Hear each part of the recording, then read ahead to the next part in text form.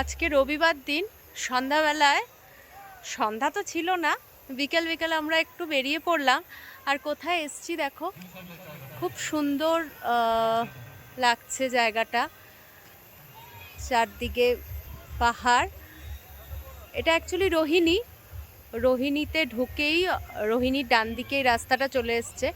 আর এখানে অনেকগুলো এরকম রেস্টুরেন্ট হয়েছে আর বসার জায়গাও আছে।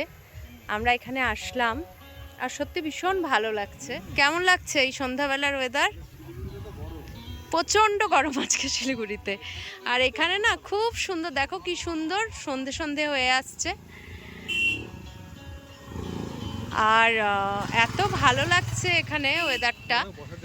হ্যাঁ দেখো বসার জায়গাটা, এখানে আমরা এতক্ষণ বসলাম। এই যে গাছ,